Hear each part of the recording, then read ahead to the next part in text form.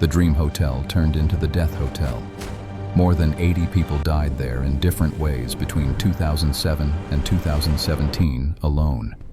Serial killers used it as a hideout, like Richard Ramirez, known as the Night Stalker, who was convicted of 13 murders and suspected of even more during his time at the hotel.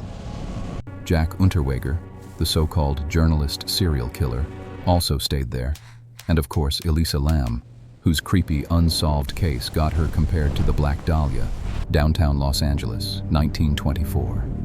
A man named William Banks Hanner spent $1 million, $13 million in today's money, building what he believed would be the finest hotel in California. Marble floors, stained glass windows, alabaster statues lining the lobby, 700 rooms, a grand staircase that made guests feel like royalty the moment they walked through the door. He named it the Cecil. He thought it was going to be his masterpiece. He had no idea what he was building. The thing about the Cecil that most people don't realize, it didn't just attract tragedy, it kept it. Like the building itself had developed a taste.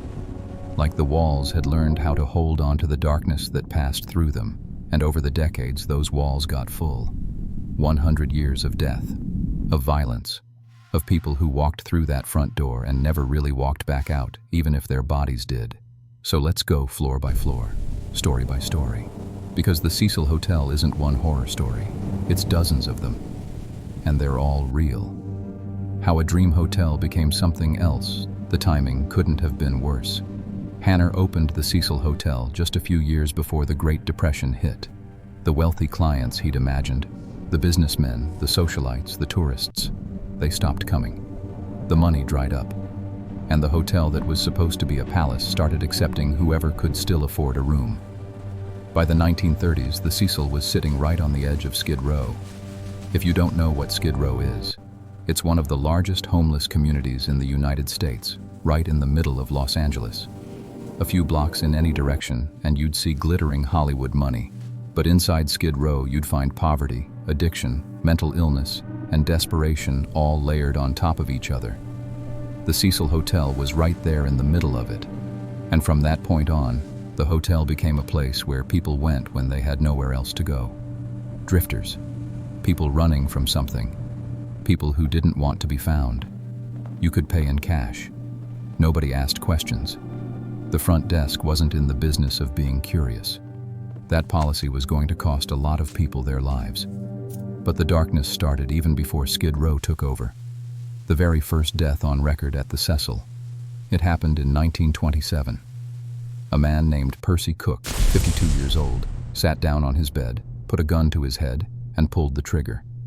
He was the first. He would not be the last. Between the late 1920s and the 1930s, the suicides started piling up, one after another. People climbed to the upper floors and jumped out of windows. People took pills. People were found slumped in their rooms, sometimes days after they'd already died. The hotel started gaining a reputation. Locals started calling it something. Hotel death. Not behind closed doors. Out loud. On the street. Like it was just accepted. Like it was just a fact about the building, the way you'd say, that restaurant on 5th has good pasta. That hotel on Main? Yeah, that's the Death Hotel. And still, the doors stayed open. Because in a city like Los Angeles in the middle of the Depression, you couldn't be picky about where you slept.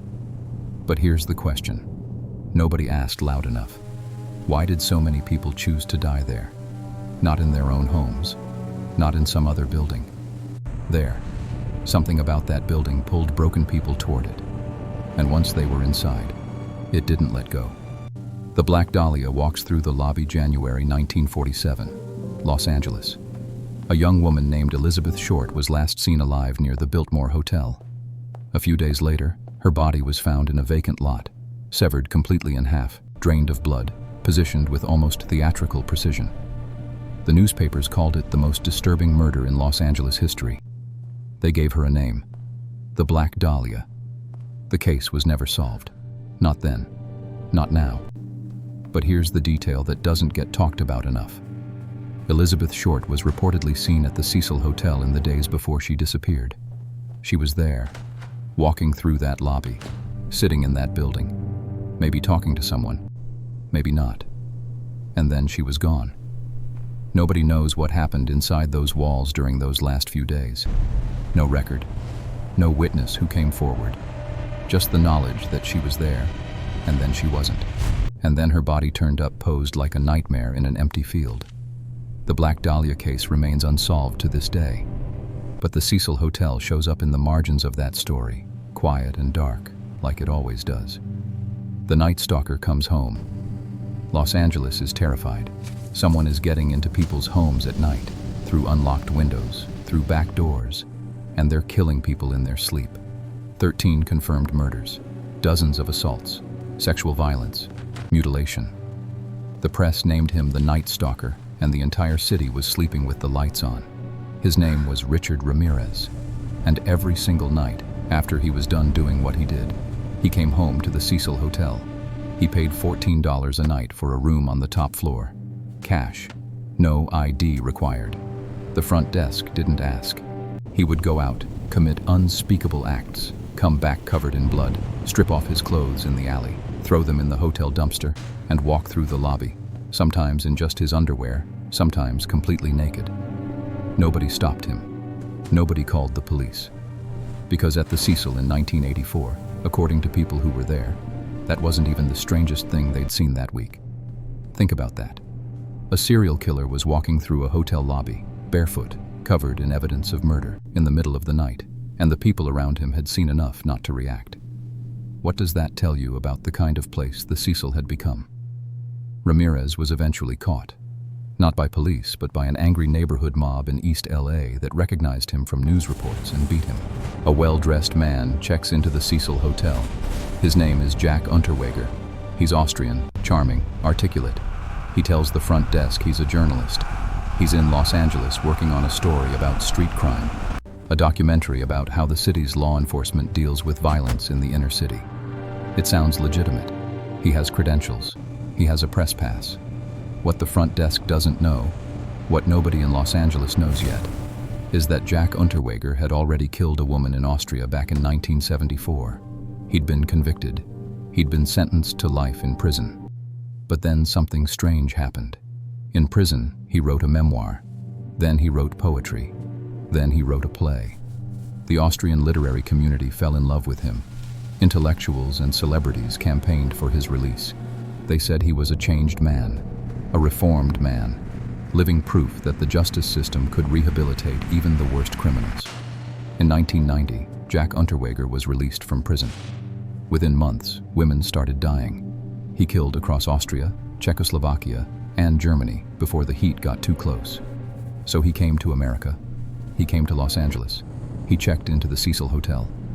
And while he was staying there, writing his articles, conducting his interviews with police, filming his documentary about street crime in LA, 3 women were murdered. Sex workers, found strangled with their own bras, tied in a specific knot that was Unterweger's signature.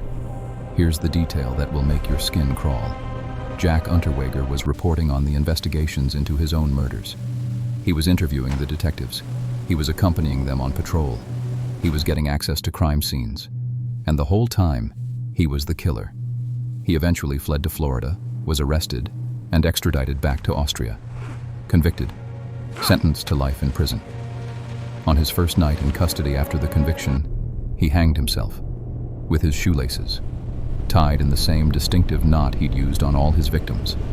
And the hotel he'd chosen as his base of operations, out of all the hotels in Los Angeles? The Cecil. Same building, same hallways. Just a few years after Ramirez. 2 of the most prolific serial killers in modern history, staying in the same hotel, within a decade of each other. You start to wonder, did they choose the Cecil, or did the Cecil choose them? The Goldie Osgood murder. Let's talk about Goldie. June 4th, 1964. Pauline. Goldie Osgood was 60 years old. She was a retired telephone operator who lived in room 727 at the Cecil Hotel. The locals knew her.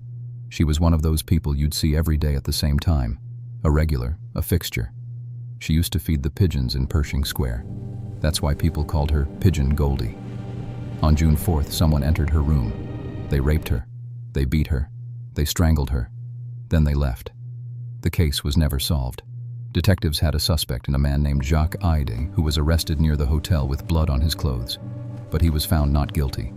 Goldie Osgood's murder remains officially unsolved. Room 727, 7th floor. Another room in the Cecil that holds something it won't let go of. What happens at the window? Between the 1930s and the 1960s, the Cecil became known for something specific and horrifying: people jumping from windows. Not just once, not just twice. A woman named Grace Margot jumped in 1944 from the 3rd floor window. She survived. A man named Roy Thompson fell from the top floor window in 1947. He didn't. Helen Gurney, in 1954, jumped from the 7th floor window. Before she jumped, she drew the curtains closed. Pauline Otten jumped from the 9th floor in 1962. This one is especially horrifying. She hit a 65-year-old pedestrian named George Giannini, who was walking on the sidewalk below. Both of them died. George Giannini had nothing to do with the Cecil Hotel. He was just walking past. The building pulled someone out of a window and killed an innocent man on the street below. And still, the hotel kept its doors open, still accepted guests, still let people check in with no questions asked.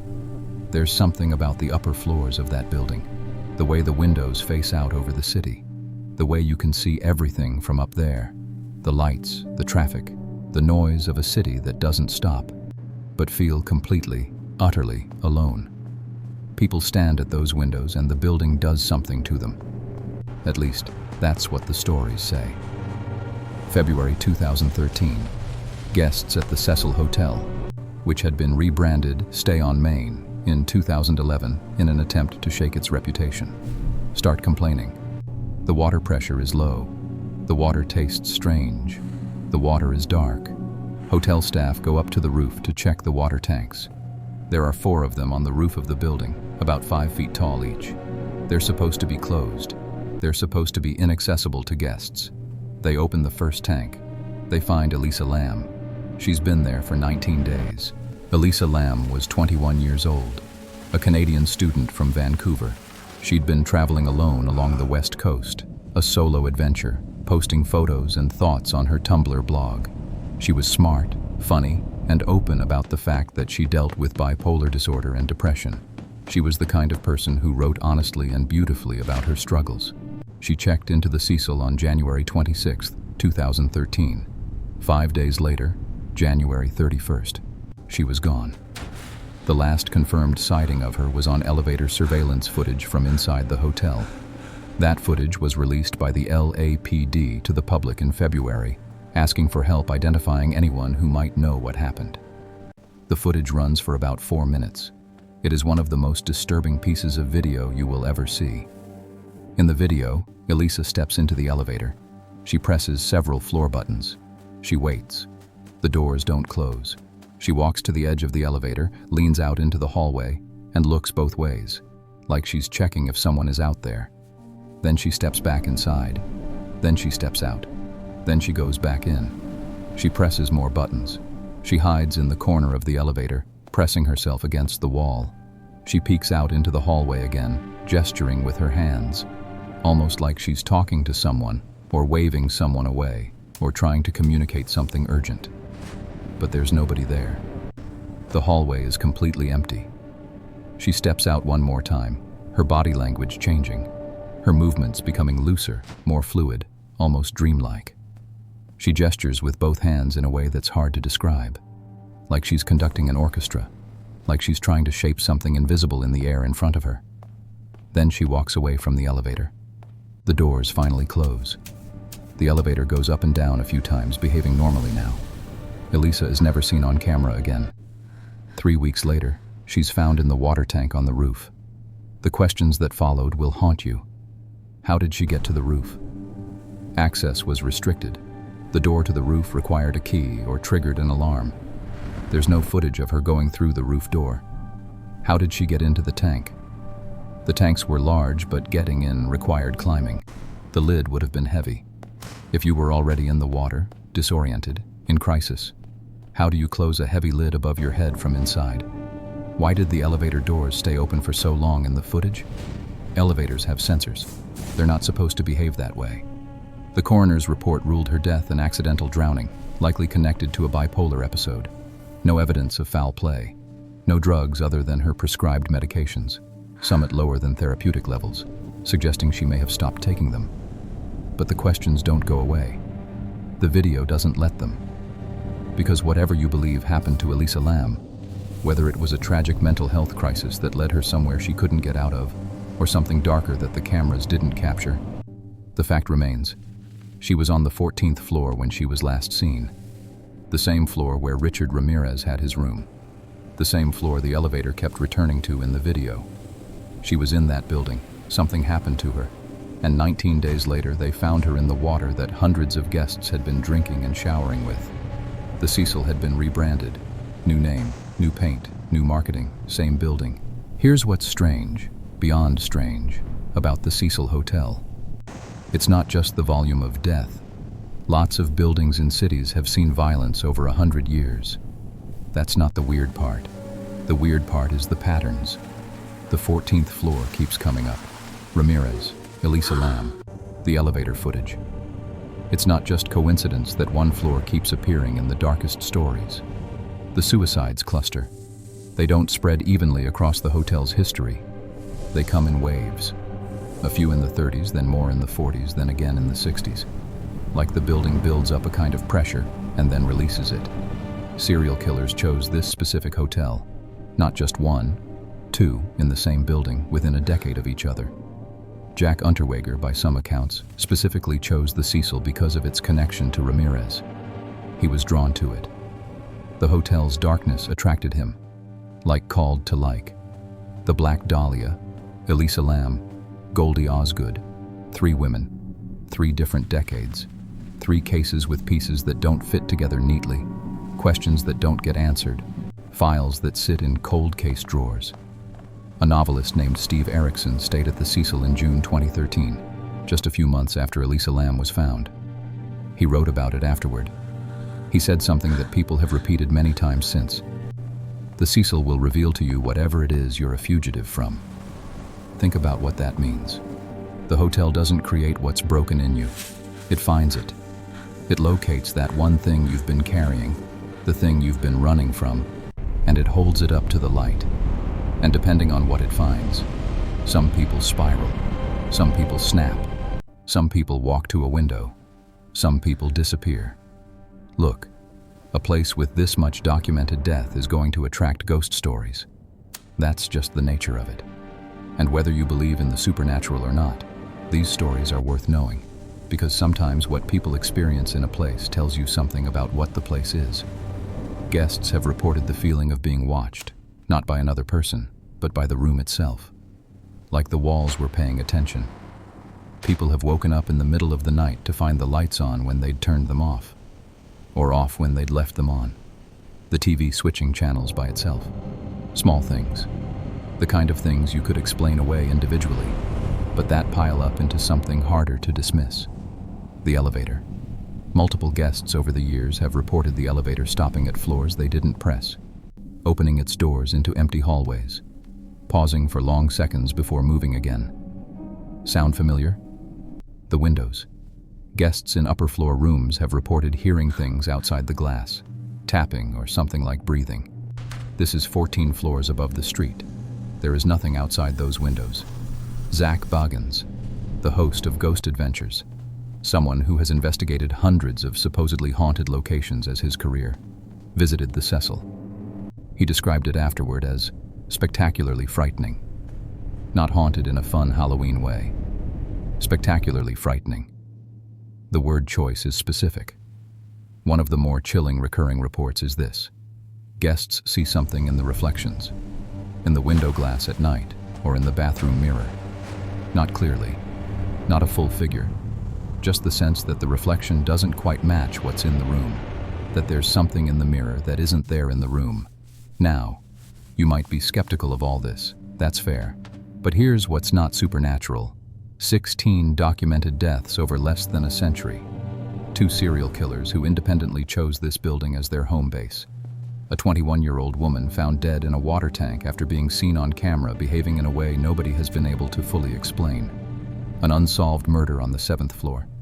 Multiple suicides from upper windows, including one that killed an innocent pedestrian on the street below. The ghost stories might be where the facts run out, but the facts themselves are already horrifying enough. In 2011, the owners of the Cecil Hotel tried something. They repainted, they renovated, they updated the lobby. They gave it a new name, Stay on Main, marketed it as a budget boutique hotel for young travelers. They wanted to attract backpackers, not serial killers. Hostel beds for people doing the California route, San Francisco, LA, San Diego. And for a little while it kind of worked. New guests came, people who didn't know the history, people who found it on Hostel World and thought, hey, $40 a night in downtown LA, can't beat that. Then Elisa Lam died in the water tank, and the Netflix documentary came out in 2021. Crime Scene: The Vanishing at the Cecil Hotel. 4 episodes, watched by millions of people. Every dark chapter of the building's history laid out in detail. You can repaint the walls, you can change the sign, you can put new towels on the beds, but you can't repaint 100 years. The building closed in 2017 for extensive renovations. Plans were announced to convert it into a mix of boutique hotel rooms and affordable housing units. The project has moved slowly. As of now, the Cecil Hotel remains closed to the public. The building is still there. 14 stories, 640 South Main Street, downtown Los Angeles, right on the edge of Skid Row. Just sitting, waiting. The last confirmed death at the Cecil Hotel happened in 2015. A man, details sparse, ruled a suicide. He checked in. Something happened inside those walls. He didn't check out. No documentary, no Netflix series, no viral video. Just another name for the list. Just another room that the hotel gets to keep.